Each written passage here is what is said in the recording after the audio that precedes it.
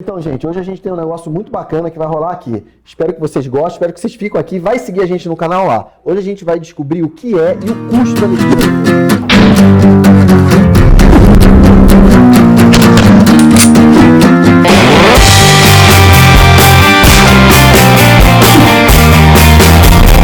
Pessoal, tudo bem? Bem-vindo de novo aí ao canal Thiago Melo. Hoje é um dia especial para mim. Eu estou fazendo um vídeo aqui que eu sempre quis fazer. Perguntei para vocês se vocês tinham curiosidade desse vídeo, aí o pessoal lá no Instagram respondeu que sim, né? E eu trouxe um grande amigo meu aqui para falar para vocês sobre o custo da legítima defesa. Eu estou aqui com esse meu amigo, o nome dele é o Dr. Igor, e a gente vai bater um bate-papo aqui, vamos conversar sobre esses últimos acontecidos aí, e vamos tentar esclarecer um pouco e tentar desmistificar o custo da legítima defesa e o mais importante, né? Desmistificar o que é a legítima defesa, né? Porque eu tenho a sensação que tem muita gente que acha que, pô, vai entrar alguém na minha casa, vou metralhar o cara, a polícia vai chegar, vou tomar um cafezinho, servir legítima defesa, até mais. Vou servir um pãozinho de queijo, tapinha nas costas e tchau, né? Até mais. Foi legítima defesa e tá tudo certo. E não é assim, né? Não é bem assim. Bom, pra gente começar, né, esse papo, Thiago, a gente precisa estabelecer antes, até teve um caso recente aqui que todo mundo deve estar sabendo já, mas que trouxe em voga essa discussão. Mas antes da gente debater sobre a legítima defesa, em qualquer caso específico, tem que se levar para o pessoal aí que te acompanha um conceito básico do que é a legítima defesa. E primeiro, respondendo já esse mito, né, que você comentou, não é assim, cometi um crime de legítima defesa, a polícia chegou, tchau, tchau. Não necessariamente. Você vai se incomodar, sim, por um período até que isso seja constatado pelas autoridades dentro do devido processo legal. E no Código Penal brasileiro, o Instituto da Legítima Defesa está lá no artigo 25. O que o direito penal brasileiro traz como um conceito de legítima defesa? Eu vou até ler aqui, porque se eu ficar falando decorado é complicado. Mas entende-se, para o direito penal brasileiro, em legítima defesa a quem? Usando moderadamente dos meios necessários, repele injusta agressão atual ou iminente a direito seu ou de outrem. Entendi. Então pode. Então uma pessoa agir em legítima defesa de um terceiro. Pode. Vou dar um exemplo, uma questão de assalto, ou quem sabe assim, uma situação, uma mulher que esteja apanhando hoje isso é comum hoje em dia por algum motivo, né? Sim. Mas a mulher então está levando uma surra, você pode ir lá então e... Sim, se você utilizar os meios necessários que estão ao seu alcance de forma moderada, você pode sim defender o direito de outrem. Mas você não precisa matar a pessoa também para ter o direito de legítima defesa? Não, você tem que sempre agir de forma proporcional. Então vamos lá, quais são os elementos que estão ali no Código Penal que respondem a essas perguntas e permitem a gente debater qualquer situação prática. O primeiro é a presença de uma agressão injusta. O que é uma agressão injusta? É uma lesão a um bem jurídico, um ato lesivo. Por exemplo, uma pessoa batendo em outra, está tentando contra a integridade física, provocando um homicídio. Num assalto, está tentando contra o patrimônio e até mesmo contra a vida ou a integridade física da pessoa que está sendo assaltada. Então você tem que ter a agressão injusta. Ela tem que ser atual ou iminente. Isso é muito importante. Atual é uma agressão que está acontecendo.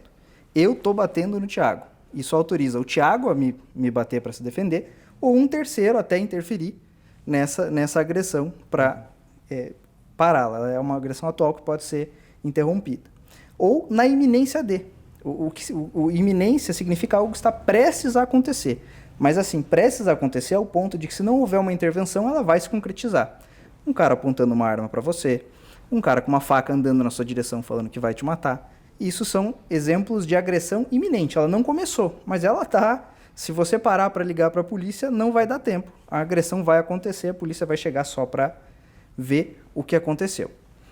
E utilizando os meios necessários, então você tem os meios necessários com o critério da proporcionalidade. Então você tem que ver quais são os meios que você tem e utilizá-los de modo proporcional à agressão que está sendo perpetrada.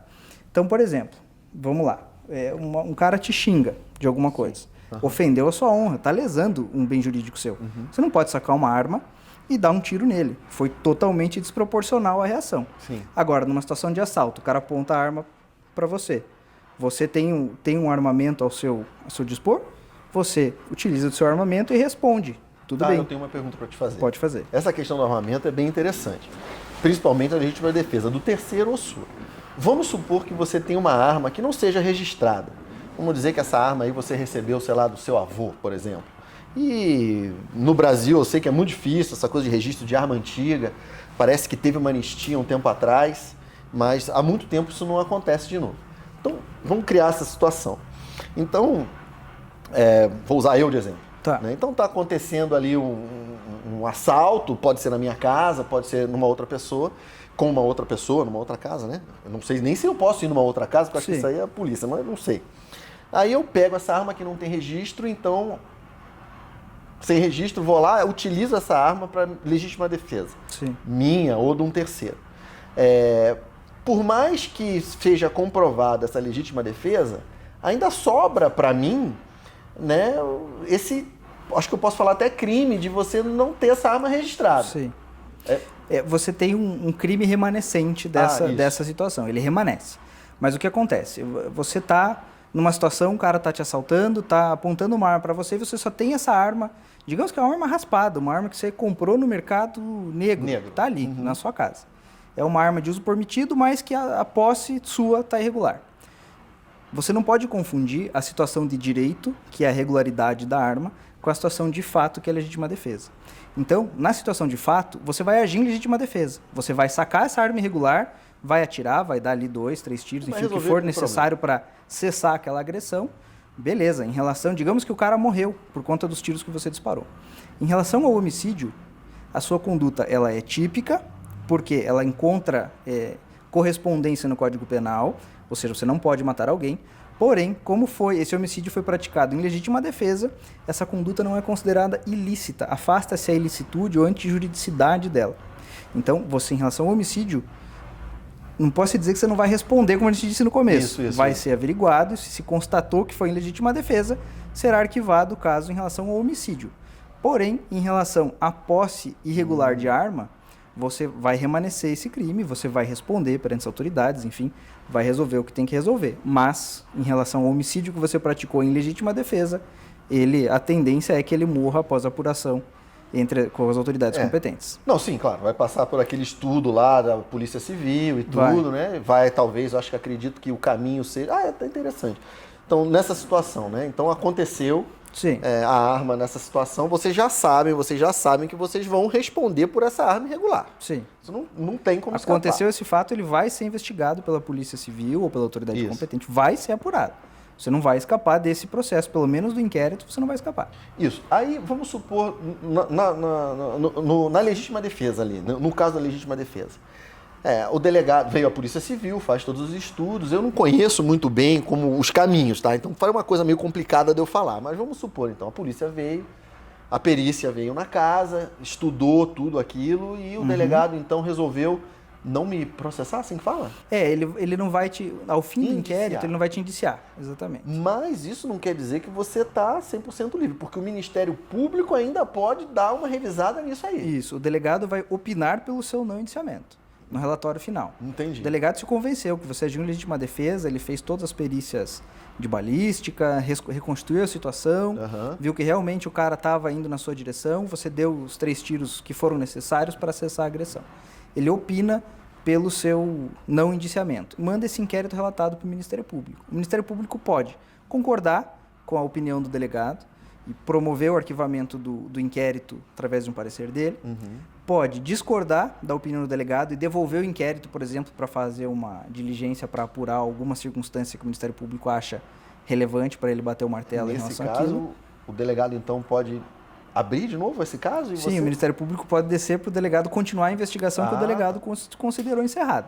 O Ministério Público falou, não, beleza, eu entendi que você entendeu encerrado, mas eu tenho uma dúvida aqui nesse ponto, né? Ouça essa testemunha aqui, refaça aquele ponto da perícia lá. Então pode mudar a opinião, delegado? Pode. Depois também, que esses pontos exatamente, pode baixar e o delegado, inclusive, em outro relatório, se retratar em relação àquele indiciamento e te indiciar. Entendi.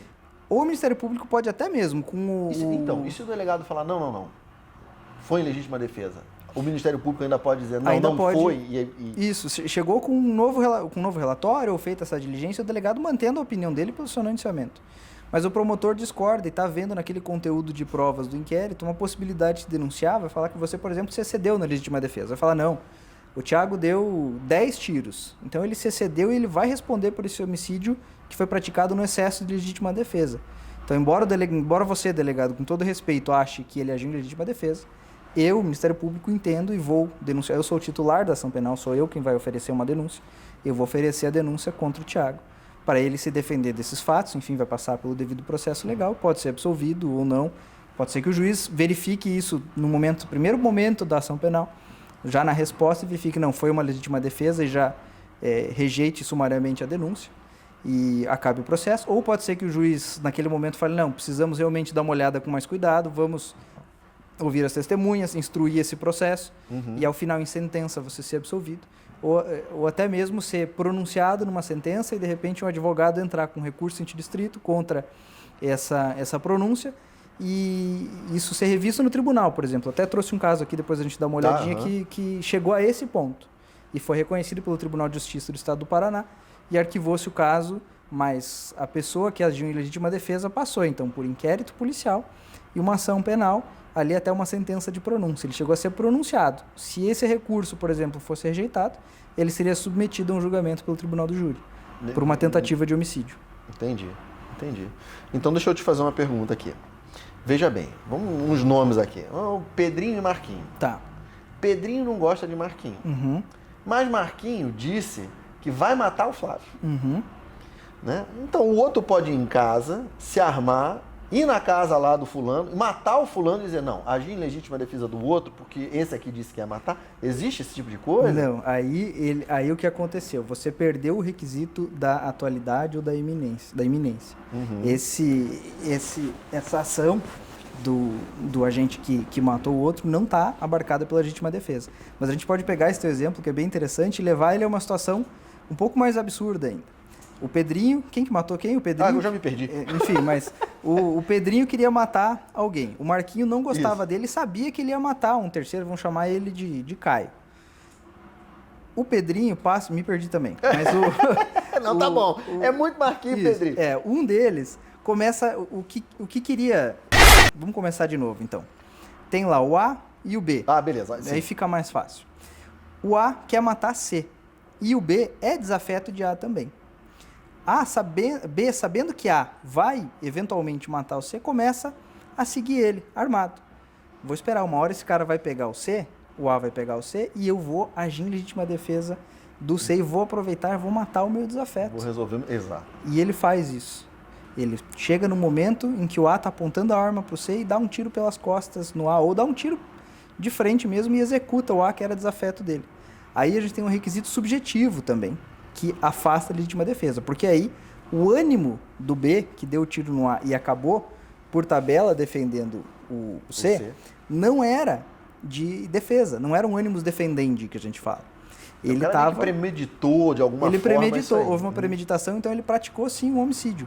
E ele não está acobertado pela legítima defesa. Claro, isso tudo vai ser alvo de inquérito, vai ser apurado, enfim, mas se constatar essa situação de exemplo que a gente falou, isso afasta a legítima defesa por conta do elemento volitivo do B, que não era defender o C, era sim matar seu desafeto. Entendi. Então... Isso aí é interessante porque eu, como passei muito tempo nos Estados Unidos, a gente acaba ouvindo umas histórias lá, acaba aparecendo na televisão, discussões dentro de empresa, geralmente eles chamam geralmente no correio, tem até um ditozinho lá, que é mailman crazy. Sim. Mas enfim, you go postal, que eles falam, né? Tipo, que é do post office, que seria o carteiro que ficou doido e matou todo mundo.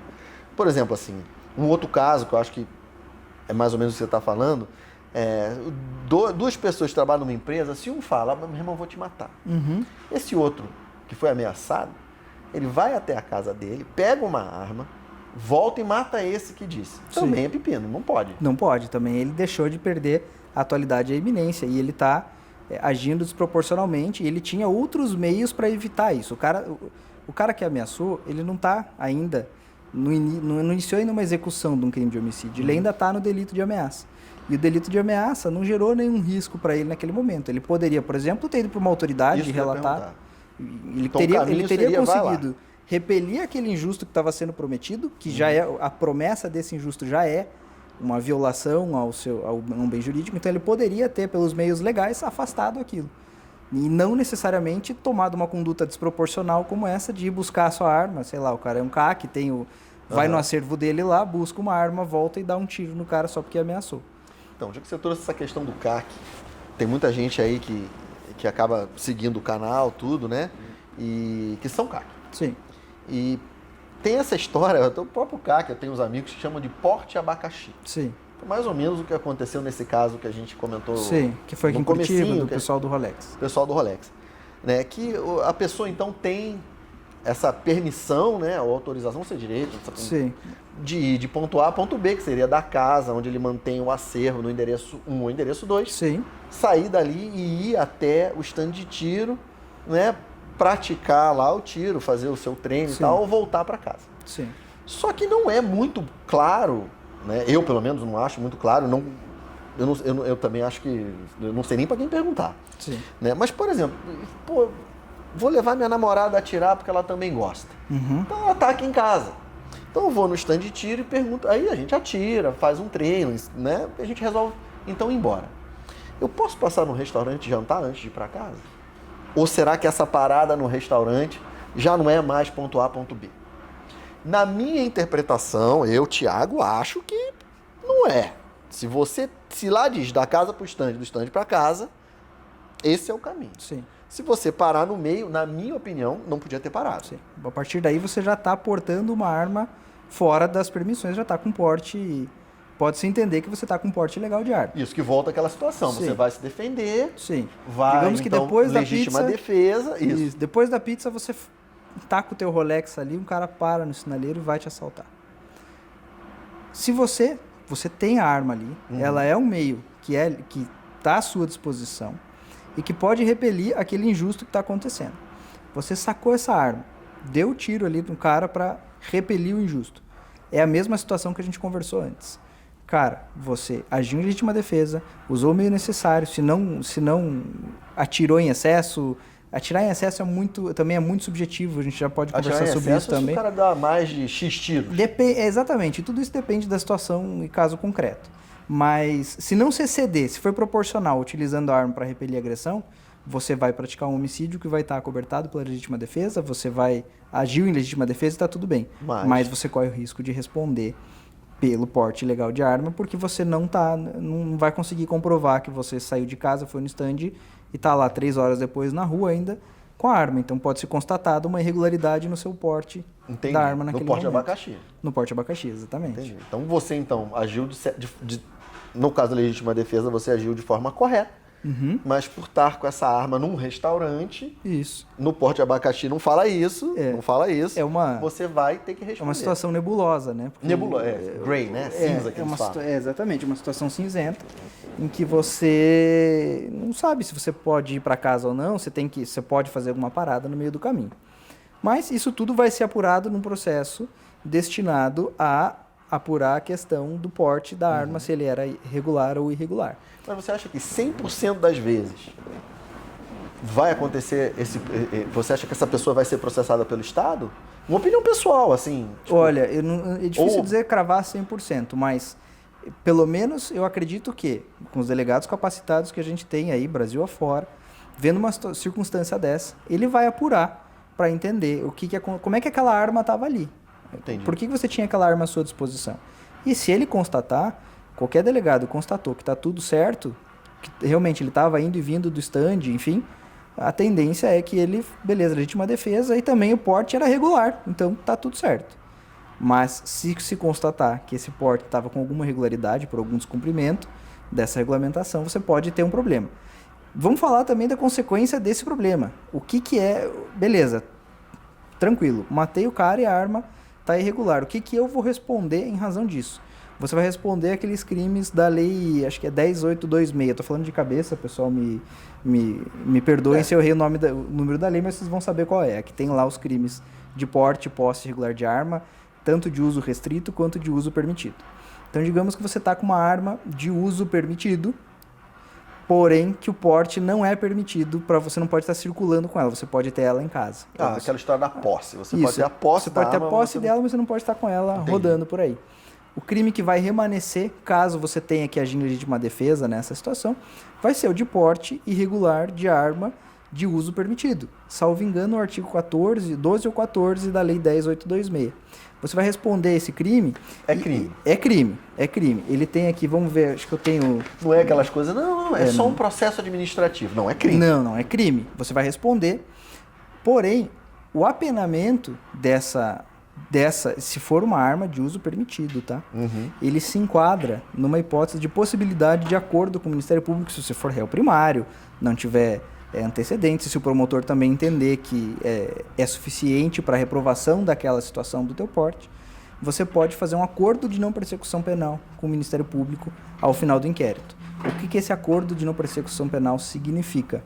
Significa que você vai perante um promotor de justiça confessar e falar: doutor promotor, eu estava, sim, portando uma arma irregularmente, confesso que cometi esse delito, enfim.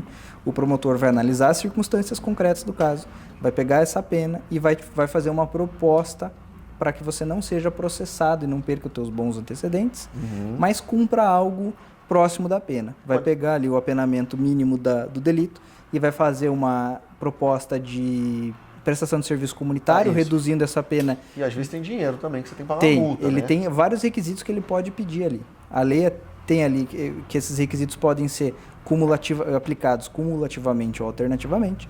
Então o promotor de justiça vai olhar, dependendo do caso, dependendo do que aconteceu e a gravidade da situação que ele pode, para ver o que ele pode propor para você.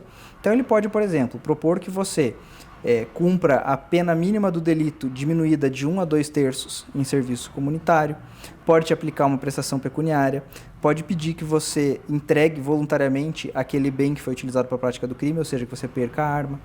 E você pode perder alguns direitos também, né? Isso. Pode dizer, não, tudo bem, vamos deixar assim, você não pode ter outra arma. Isso. E os efeitos jurídicos, você aceitar esse acordo de não persecução penal, tendo você confessado que estava portando uma arma irregularmente, eu não sei administrativamente, lá no Exército ou lá na Polícia Federal, qual vai ser o reflexo disso para a tua licença de CAC. Não sei se você pode acabar perdendo ela. Isso tudo tem que ser analisado antes de aceitar um acordo de não persecução penal. Você não pode aceitar um acordo, que é um documento jurídico em que você vai confessar a prática de um crime, e isso pode sim ter consequências em outras esferas. Você nunca pode pensar só na resolução daquele problema. E aí vai também da pessoa que está sendo investigada analisar a proposta que foi feita pelo Ministério Público. Exatamente. Acho que vale a pena. É bem parecido. Foi uma americanização do nosso direito, né? Veio com o pacote anticrime. Então você pode sentar com o promotor, negociar, enfim, ver as condições, ver se vale a pena aceitar ou se vale a pena enfrentar o processo. Cada caso é um caso. E às vezes, por conta dos reflexos ou dos efeitos que a aceitação desse acordo pode ter, pode ser que a pessoa fale: não, eu vou enfrentar o processo. E aí a gente enfrenta uma ação penal, mas restrita à questão do porte, não ao homicídio, se ele foi arquivado com reconhecimento da legítima defesa. Vai se incomodar. Né? Vai se incomodar. E se perder, se incomoda mais ainda. Não, se perder, você além de ter uma pena pior do que aquela que foi proposta lá atrás no acordo de não persecução penal, você vai perder tua primariedade, você vai ter uma série de consequências jurídicas e a pena não vai ser mais a mínima reduzida que estava sendo proposta lá. Vai ser a mínima ou acima da mínima, dependendo da dosimetria que o juiz fizer. Então vai ter consequências mais gravosas, certamente, do que aquele acordo que foi proposto no início.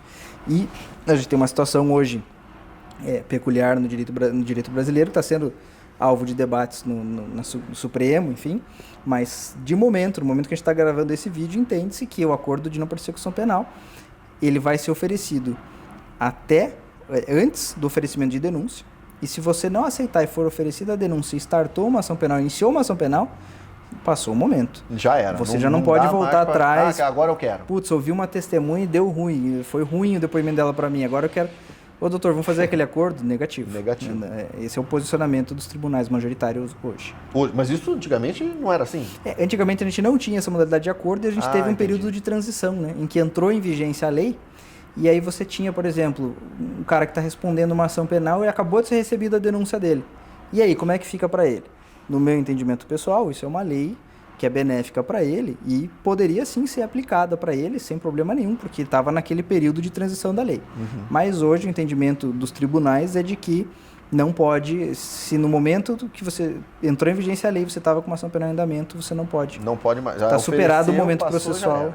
Esse é o entendimento que está predominando.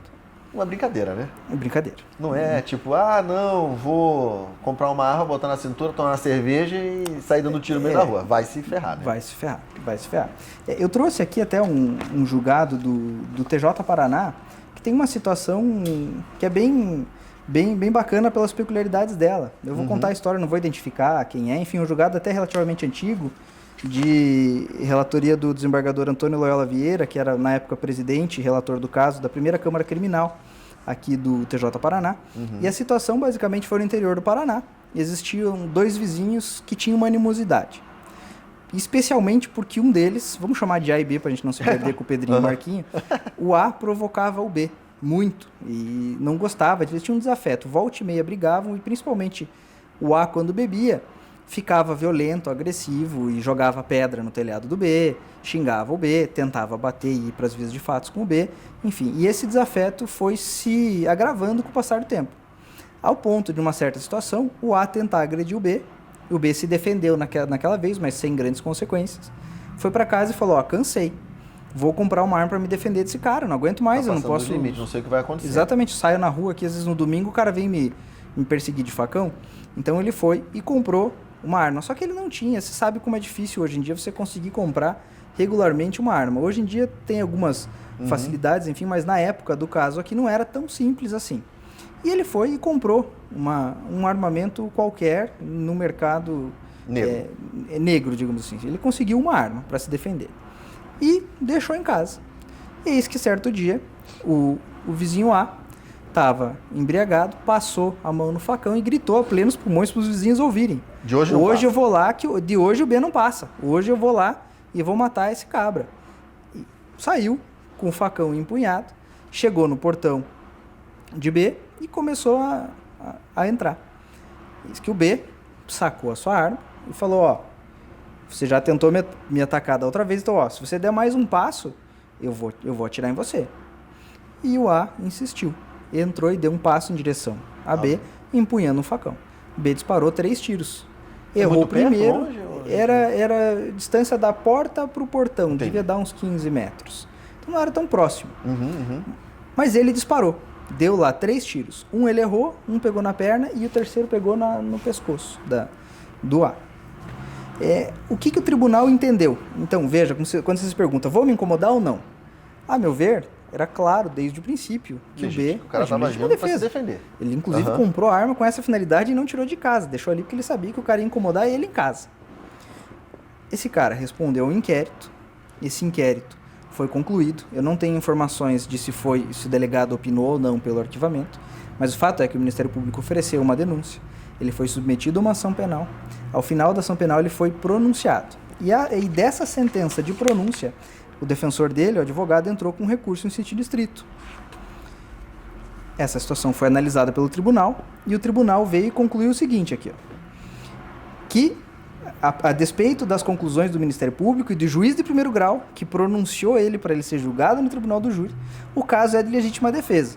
Isso porque as testemunhas arroladas no caso, já tinham sido ouvidas ao longo dessa ação penal, foram uníssonas em afirmar a perseguição da vítima para com o recorrente e também do seu histórico de ameaças e violências.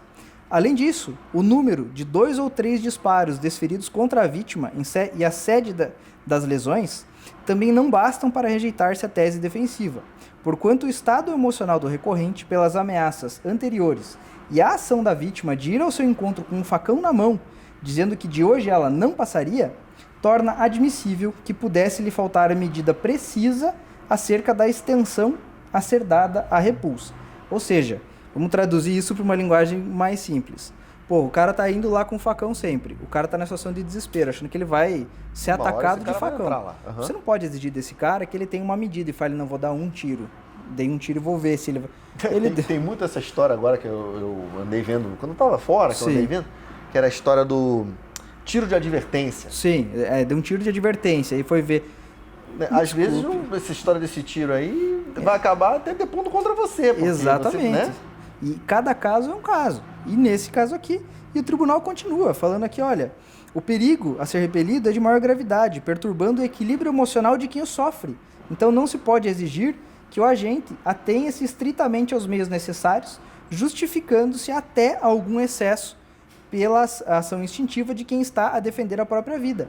Então, o recorrente aqui agiu apenas para repelir a agressão injusta e atual, perpetrada pela vítima, sem excesso, no meio empregado na repulsa, razão pela qual não há razão para que seja submetido ao julgamento do tribunal do júri. E aí vem a situação interessante. Lembra que eu falei no começo que a arma dele era... Ele comprou, enfim, Mercado no Negro. Mercado Negro ali, dos amigos? Vai herança, saber, herança de família. Tirou de algum lugar, o fato é que era uma arma irregular.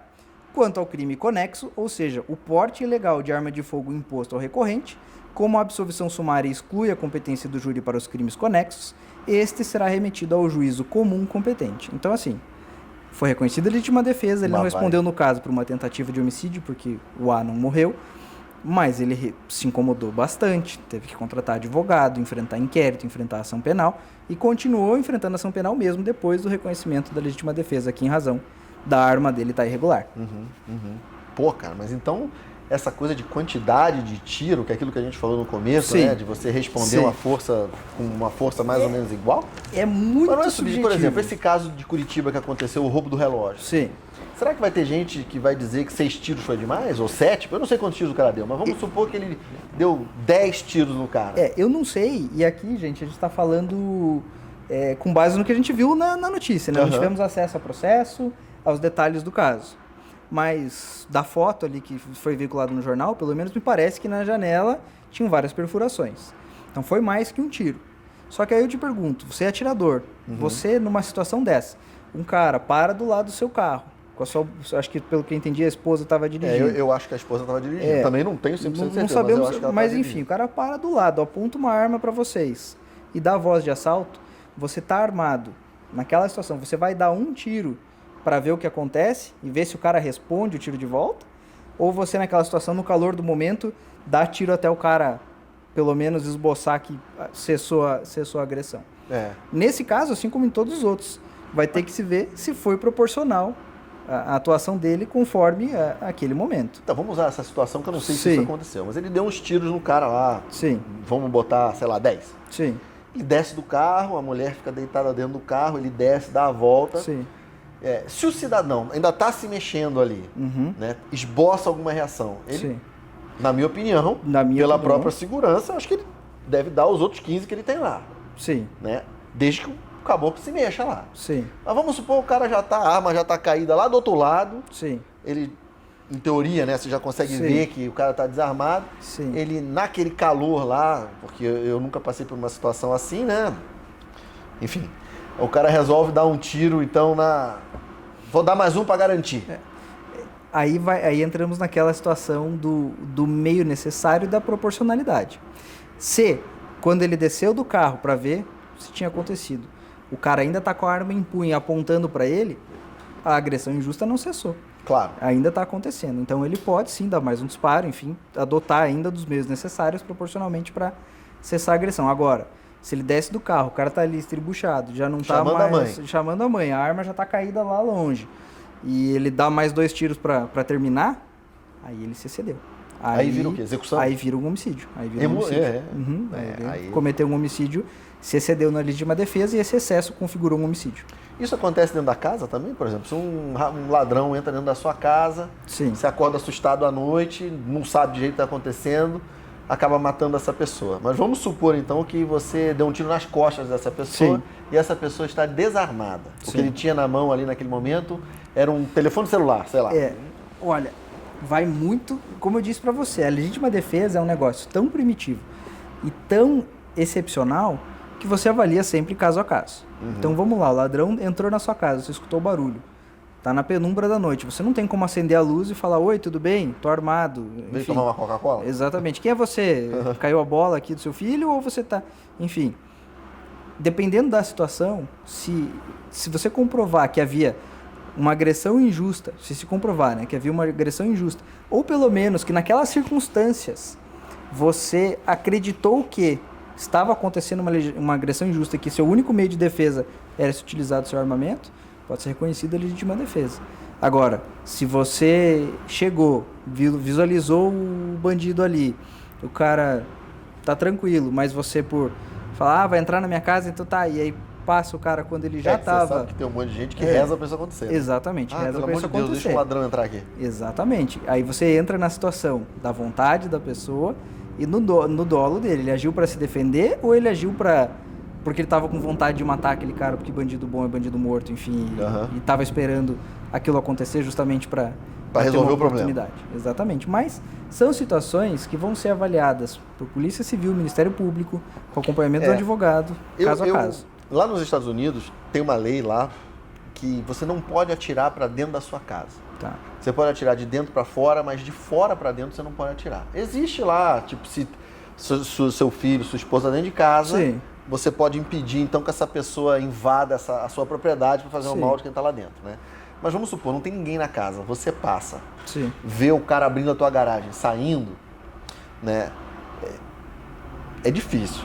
Até difícil de falar. Eu não quero passar numa situação dessa nunca, né? Sim. Mas veja, tem gente que vai dar o tiro no cara e vai se incomodar. Sim. E tem gente que vai só ficar, sei lá como é que fala, vai ficar quieto, vai ligar pra polícia, ó, tá acontecendo isso na minha casa, tô monitorando aqui essa situação, o cara tá indo assim, e aí chama a polícia para resolver o problema.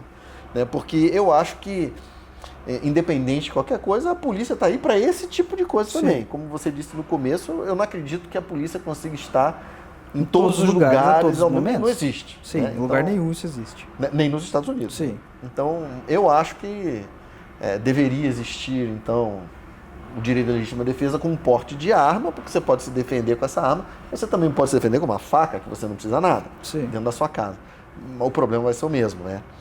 O que eu acho engraçado muito no Brasil aqui, é que você pode, essa história do porte de abacaxi, você tem que estar com uma outra arma no carro, sim, para que justifique você estar com essa arma, teoricamente, na cintura. Carregada e ali com você.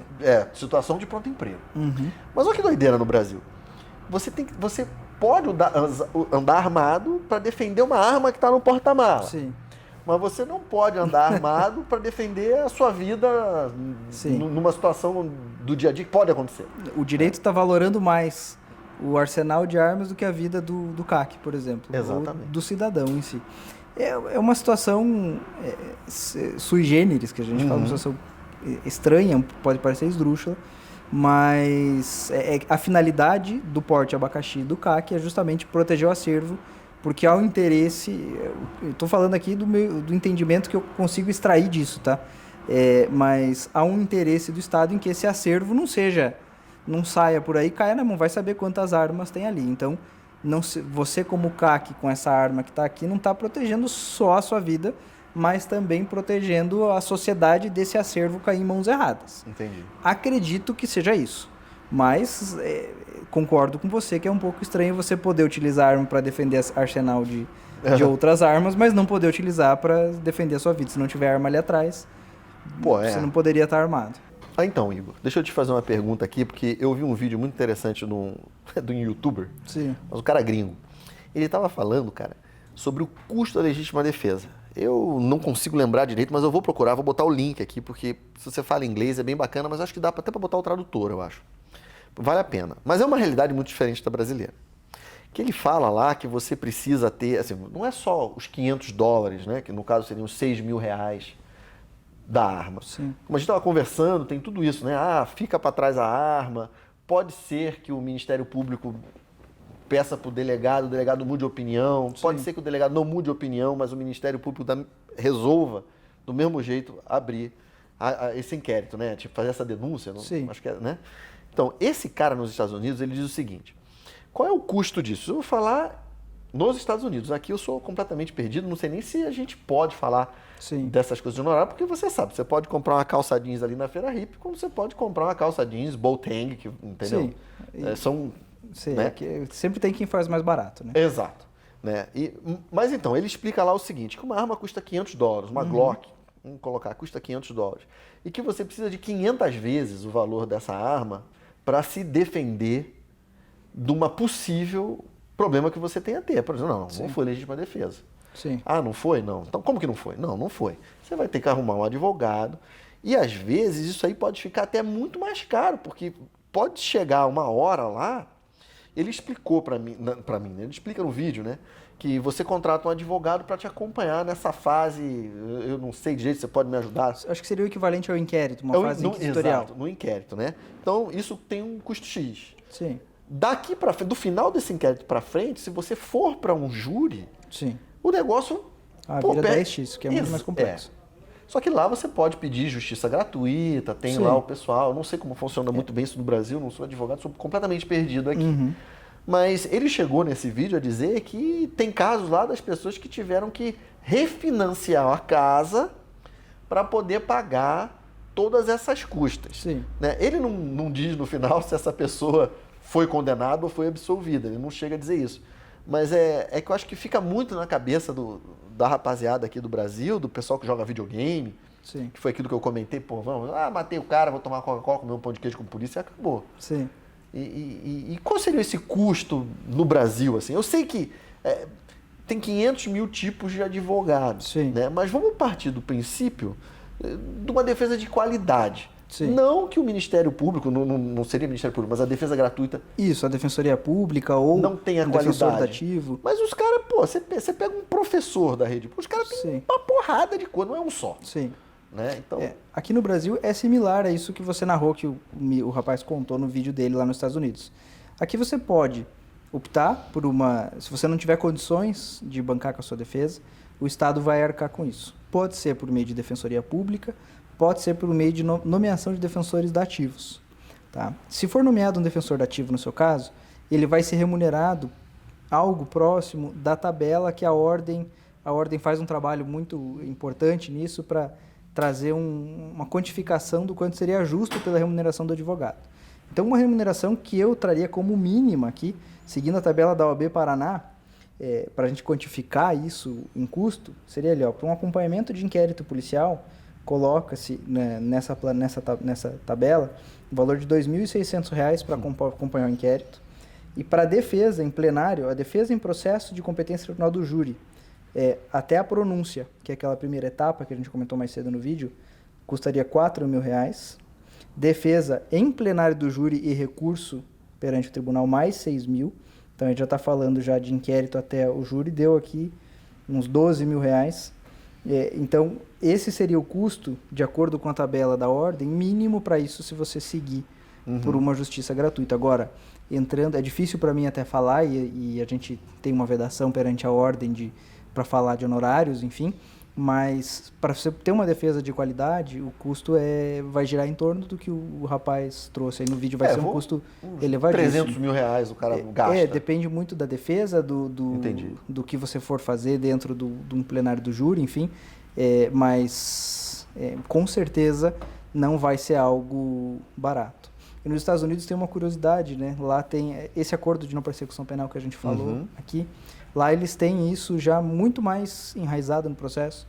Então, tem vários estudos lá dizendo do quanto pessoas inocentes, muitas vezes, ou pessoas que teriam a legítima defesa reconhecida após um processo, passando por esse trâmite todo, quando ela analisa o custo racionalmente, vale muito mais a pena ela fazer um acordo e não responder do que arcar com um custo gigantesco desse para ter uma defesa até o final. Não, mas é gigantesca, cara. Lá, olha...